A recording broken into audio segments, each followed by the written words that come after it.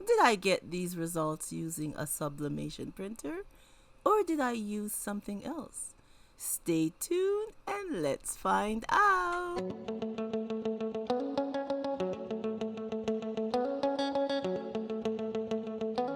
Hi everyone, Petalisbless here. Welcome back to my channel. I'm coming on today to share with you Cricut Infusible sheets. And I'd like to thank Cricut for sponsoring today's video. They sent me over some infusible ink sheets so I could show you how great they work and compare them to if you have a sublimation printer or if you're like me and don't. And I know a lot of you are like me that don't have a sublimation printer, cannot manage to get one right now. So I'm going to share with you the next best thing to having a sublimated printer is using Cricut's infusible sheets. So let me get around to showing you what we'll need, the items we'll be using today, and all that good stuff. Okay, we'll need a measuring tape, weeding tool, heat resistant tape, a brower, lint roll, our infusible blanks, which is the coasters, a tote bag, and a pillowcase. And we have a 15-ounce mug. And I'll be using the Cricut Mug Press and our Easy Press too. And of course, our infusible ink sheets. I'm going to go into Cricut Design Space and get all the images that I'm using today. And they have a mug template, which is so neat. So you go in there, you could pick what size cup you're using. And you can also customize the template. So here's the template here. I'm just going to be adding some ends to mine. Within Cricut Design Space, they have so much themes, so much images that you can choose to help with your project.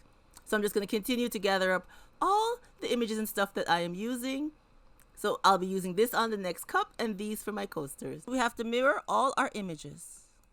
Now, I'm lining up my coaster images because I'll be cutting them on 2 separate sheets. So I'm just lining them up here so I can get where to put my paper.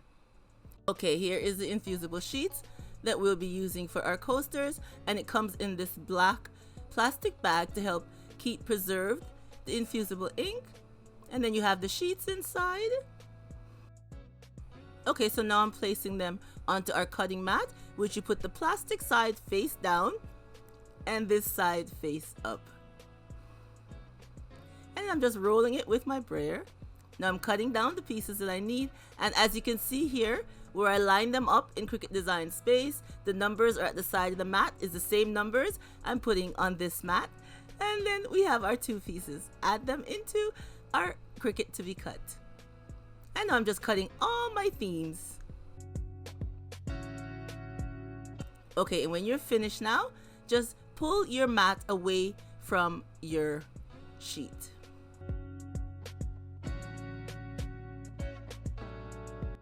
Now the infusible sheets is a lot like cardstock, so you could just bend it and then you can weed it with just your hands.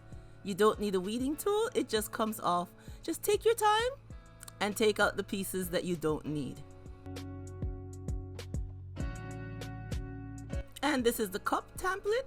See how it cuts everything out for you? And then you just weed out the pieces, like I said, that you don't need. And here's all our images weeded.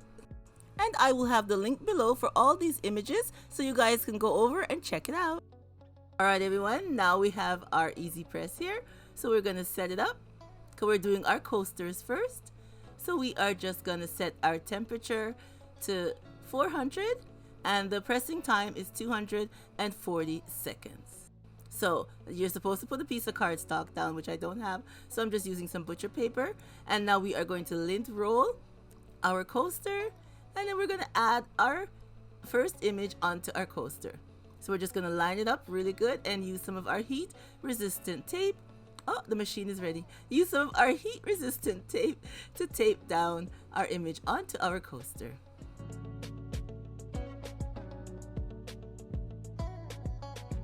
Okay, here's all our images done. So now we are going to put another piece of paper over our coasters. And then we are going to press them for the 240 seconds. And you don't have to apply pressure. And on Cricut.com, they have a heat guide to tell you what temperature to press anything that you're pressing. Alright, there we go. It's all done. So we're going to remove the paper and let them sit down to cool because they are very hot. Okay, so now our images are all cool. So we're just going to take them off and show you the results. Look at that. Don't they look nice?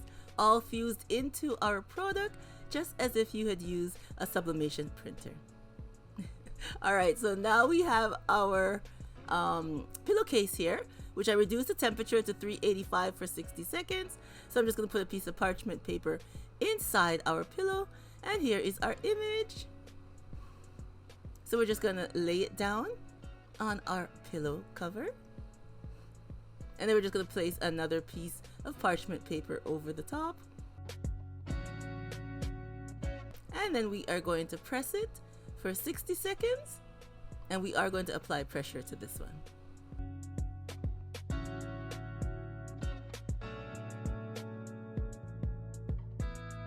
Okay, there we go.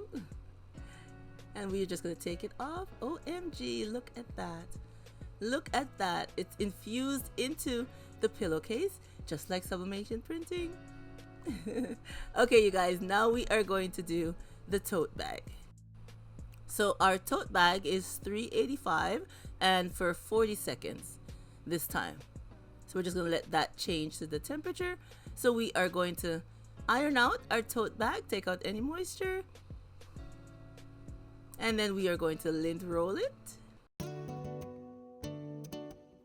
And then we're going to put some parchment paper inside.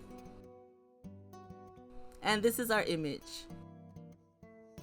So we're just going to place our image onto our tote bag. Now you guys, I made a big mistake on this one. See, as I lift up my bag and placed it down, the handle for the tote bag went underneath my bag, which I didn't notice, and then I pressed it with that on top. Please make sure when you're pressing your work that everything is in order. OMG. So as you see, you're gonna see in a minute what happened, which is my mistake. Because it wasn't flat, it ghosted. It ghosted my tote bag. Can you see that? Where the handle was? And there it is. See? This was there, so it wasn't a flat surface, so it didn't get to press properly. But you know, where there is a will, there's a way. So your girl is gonna fix that. Yes, I am. I'm gonna bling out my tote bag. So it will be a blinged out tote bag.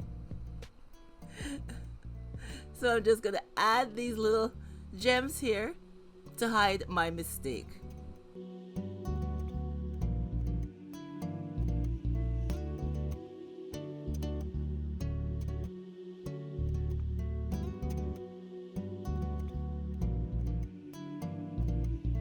Okay, so while my bag is drying, we are going to use our Cricut Mug Press, which I'm going to turn it on.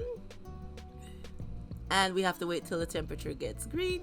So I'm going to use the Cricut mugs, infusible mugs, and we're just going to lint roll it, and then we're going to place our template onto the mug. Which these templates are so neat because they help you to line up your design properly on your mug. So I just line it up, and I take one side, pull it as tight as I can, and then press down to make sure it's adhered to the mug. And now the mug press is ready. So we're gonna put our mug in and then press down the handle for it to start the pressing time. And when all the lights are light up, then it will be ready. All right, you guys, it's ready. So now we're gonna take it up. Be careful. Just hold the handle because the mug is really, really hot. So we're just gonna put it down on a surface, and we are going to put in our next mug and start that pressing time. Then I'll come back and show you what they both look like. All right, they're cool now, so let's take it off. Look at that. OMG. Look how nice that look. It's infused into the mug. Now let's do our next mug. Oh my goodness. Doesn't that look lovely? I love how this turned out. All with using Cricut Infusible sheets. No sublimation printer needed. Alright everyone, here is everything that I shared with you today using Cricut Infusible ink sheets. Like I said, your girl does not have a sublimation printer, and I do not need one with these Cricut Infusible sheets. And here is my tote bag. Didn't she turn out lovely?